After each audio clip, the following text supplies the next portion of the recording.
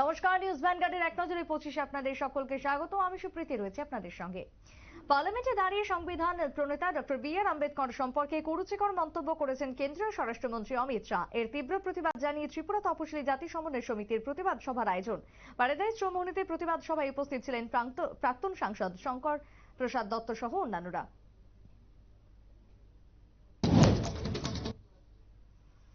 সংবিধান প্রণেতা doctor B.R.. আম্বেদকরের সম্পর্কে কুরুচিকর মন্তব্যের প্রতিবাদে কেন্দ্রীয় স্বরাষ্ট্রমন্ত্রী অমিত শাহের বিরুদ্ধে এবার অভিযোগে সামিল ত্রিপুরা প্রদেশ কংগ্রেস কমিটি। শুক্রবার কংগ্রেস কর্মী সমর্থকরা প্রদেশ কংগ্রেস কার্যালয়ের সামনে বিক্ষোভ প্রদর্শন করেন।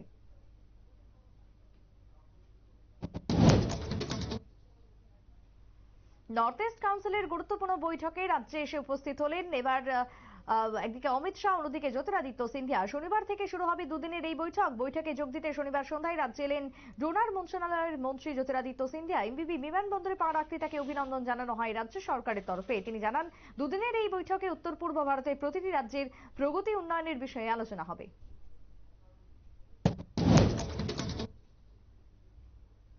আমতলী খয়েরপুরে জাতীয় সড়কে দুটি পালসার বাইকের মুখোমুখি সংঘর্ষে আহত দুই বাইকের মধ্যে 3 জন আকাশ দাস, কমল পাল এবং বিশাল বিশ্বাস গুরুতর আহত হওয়ায় তাদের নিয়ে যাওয়া হয় জিবি হাসপাতালে। ঘটনার পর পুলিশি তদন্ত শুরু হয়।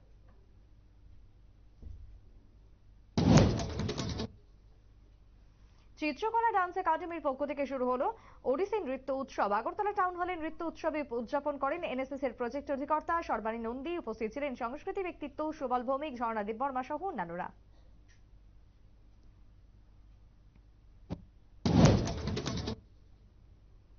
অনূর্ধ্ব-19 এশিয়া কাপে ছেলেদের বিভাগের ফাইনালের পুনরাবৃত্তি মহিলা বিভাগে। অনূর্ধ্ব-19 মহিলা কাপে এশিয়া মহিলা কাপের ক্রিকেটের ফাইনালে আবারও বাংলাদেশ এবং ভারতীয় দল। চলতি মৌসুমে ছেলেদের বিভাগের ফাইনালে পুনরাবৃত্তি মেয়েদের বিভাগেও শুক্রবার কুয়ালালামপুরে অনুষ্ঠিত আসরের দ্বিতীয় সেমিফাইনালে বাংলাদেশ 9 উইকেটে নেপালকে হারিয়ে ফাইনালে পৌঁছায়। বাংলাদেশের রাজনীতিতে মোড় ঘুরছে রোজই। প্রধান উপদেষ্টা মোহাম্মদ ইউনূস তার বিজয় দিবসের বক্তৃতায় বাংলাদেশের নির্বাচনের যে সম্ভাব্য সময়সীমা জানিয়েছেন তাতে সন্তুষ্ট নয় খালেদা জিয়ার দল বিএনপি। দলের ভারপ্রাপ্ত চেয়ারম্যান তারেক রহমানের সভাপতিত্বে বিএনপির স্থায়ী কমিটির বৈঠকে এই ঘোষণা দিয়ে অসন্তোষ প্রকাশ করা হয়।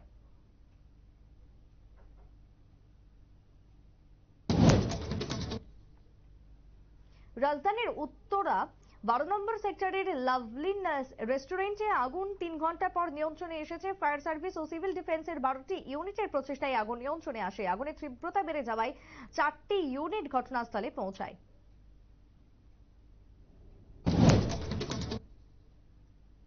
গৃহযুদ্ধে জ্বলছে মায়ানমার। এই সংঘাতের আঁচ লেগেছে পড়শি দেশগুলোতেও। বাংলাদেশের সীমান্তে মায়ানমারের অন্যতম বড় শহর মংডু দখল করেছে বিদ্রোহীরা। এই উত্তপ্ত পরিস্থিতিতে শয়ে শয়ে রোহিঙ্গা প্রাণ বাঁচাতে বাংলাদেশে ঢুকে পড়ছে।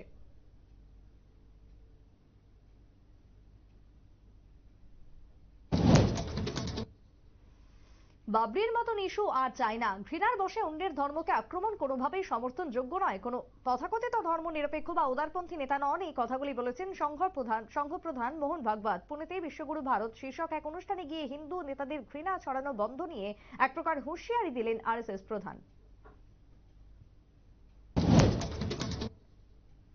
এবার বিরোধী দলনেতা রাহুল গান্ধীর বিরুদ্ধে স্বাধিকার ভঙ্গের নোটিশ। রাহুলের সাসপেনশনের দাবিতে তার বিরুদ্ধে স্বাধিকার ভঙ্গের নোটিশ দিলেন বিজেপি সাংসদ নিশিকান্ত দুবে। কেন্দ্রীয় স্বরাষ্ট্রমন্ত্রী অমিত শাহের বিরুদ্ধে একই নোটিশ পাঠিয়েছে বিরোধী শিবিরও।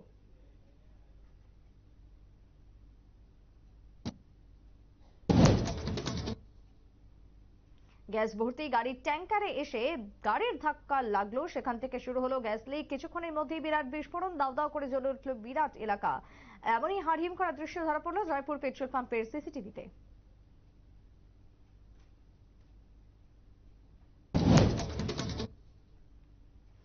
সংসদে ব্যাগ নিয়ে রাজনীতি করতে গিয়ে নিজেই অস্বস্তিতে কংগ্রেসের সাধারণ সম্পাদক প্রিয়াঙ্কা গান্ধী।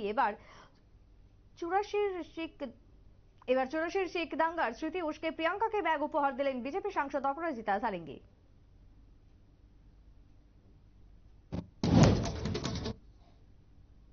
সম্বলের সপা সাংসদের বিরুদ্ধের পর এবার অ্যাকশন যোগী সরকারের গত 24 ঘন্টায় তল্লাশি অভিযান, এফআইআর, বিদ্যুৎ সংযোগ কাটার পর এবার বুলডোজার চালালো জিয়াউর রহমানের বাড়িতে। বেআইনি নির্মাণের অভিযোগে গুঁড়িয়ে দেওয়া হলো তার বাড়ির সিঁড়ির অংশ।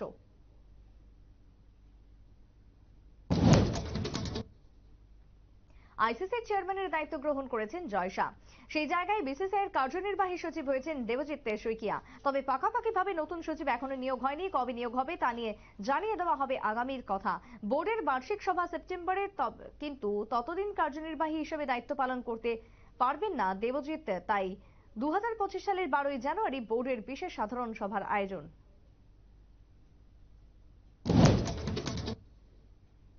বাংলাদেশ ও পাকিস্তানের সংখ্যালঘুদের নিরাপত্তা নিয়ে আশঙ্কা প্রকাশ করেছে কেন্দ্রীয় বিদেশ মন্ত্রক।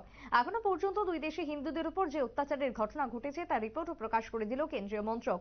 রাজ্যসভায় বিদেশ প্রতিমন্ত্রী কৃতি বর্ধন সিং বাংলাদেশিদের পাকিস্তানি হিন্দুদের উপর অত্যাচারের রিপোর্ট প্রকাশ করেন এবং তিনি বলেন, এখনো পর্যন্ত দুই দেশ মিলিয়ে মোট 23,000 সংখ্যালঘু হিন্দুদের উপর অত্যাচার করা হয়েছে।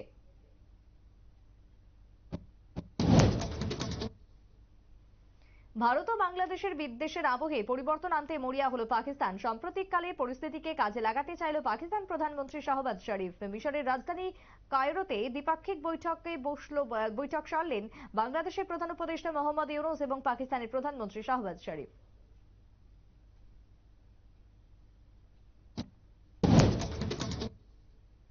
আম আদমি পার্টির সাংসদ সঞ্জয় সিং এর বিরুদ্ধে 100 কোটি টাকার মানহানি মামলা করলেন গোয়ার মুখ্যমন্ত্রী তথা বিজেপি নেতা প্রমোদ সাওয়ান্তের স্ত্রী সুরক্ষানা। মামলার প্রেক্ষিতে সঞ্জয়ের জবাব দিয়েছে বুধবারের নোটিশ পাঠিয়েছে গোয়ার একটি আদালত। মামলার প্রেক্ষিতে 10ই জানুয়ারির মধ্যে সঞ্জয়কে জবাব চেয়েছে আদালত।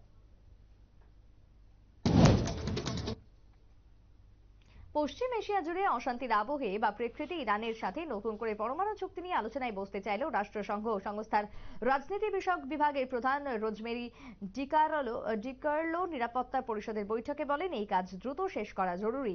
যদিও এর আগে 2015 সালে তৎকালীন মার্কিন প্রেসিডেন্ট বারাক ওবামার সময়কালে ইরানের সাথে 3 বছরের পরমাণু নিস্তরীকরণ চুক্তি করেছিল নিরাপত্তা পরিষদ। বাংলাদেশের প্রধান উপদেষ্টা মোহাম্মদ ইউনূস বিজয় দিবসের বক্তৃতা ঘোষণা করেছেন বাংলাদেশের সম্ভাব্য নির্বাচনের সময়সূচি। এই ঘোষণার পর তেলে বেগুনে জ্বলে উঠল খালেদা জিয়ার দল বিএনপির ভারপ্রাপ্ত চেয়ারম্যান তারেক রহমানের সভাপতিত্বে এই বৈঠক অনুষ্ঠিত হয়।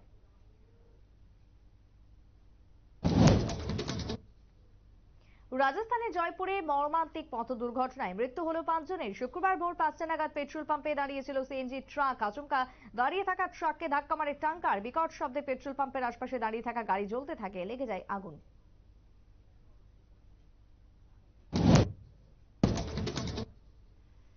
না ফেরার দেশে ভারতীয় চলচ্চিত্রের জনপ্রিয় পরিচালক রাজা মিত্র কলকাতার একটি বেসরকারি হাসপাতালে শেষ নিঃশ্বাস ত্যাগ করলেন। তিনি জাতীয় পুরস্কার বিজয়ী পরিচালকের মৃত্যুতে শোকের ছায়া। মৃত্যুকালে তার বয়স হয়েছিল 79 বছর।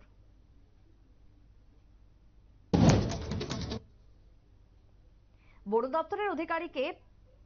দপ্তরের আধিকারিককে সপাটে চড় মারার অভিযোগে বিজেপির প্রাক্তন বিধায়ককে 3 বছরের কারাদণ্ড দিল আদালত। ঘটনা 2022 সালে। রাজস্থানের বন দপ্তরের ডেপুটি কনজারভেটর ছিলেন রবি কুমার মিনা। রাজস্থানের প্রাক্তন বিধায়ক ভবানী সিং রাজওয়াত তার সাঙ্গপাঙ্গনি ডেপুটি কনজারভেটরকে হুমকি দেওয়ার পাশাপাশি প্রকাশ্যে দিবালোকে থাপ্পড় মারেন।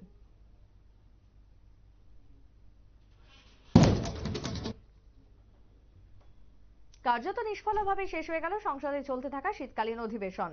প্রত্যাশামতো কোনো ফলাফল উঠে এলো না এবারের অধিবেশনে। তবে পূর্ব ঘোষণা মতো এক দেশ এক ভোট সংক্রান্ত 2টি বিল পাঠানো হলো যৌথ সংসদীয় কমিটিতে। যদিও শেষ দিনের সকাল থেকে দিল্লিতে অমিত শাহের আম্বেদকর ফ্যাশন মন্তব্য নিয়ে বিক্ষোভ দেখান ইন্ডিয়া জোটের সাংসদরা।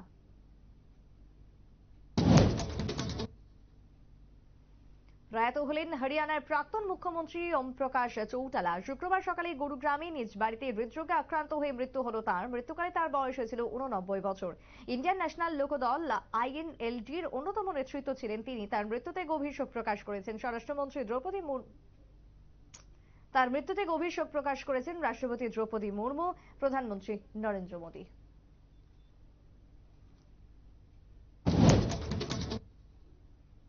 এখনকার মতো এক নজরে 25 পর্যন্ত। এই পরবর্তী নিউজ আপডেটের জন্য চোখ রাখুন শুধুমাত্র নিউজ ভ্যানগার্ডের পর্দায়। নমস্কার।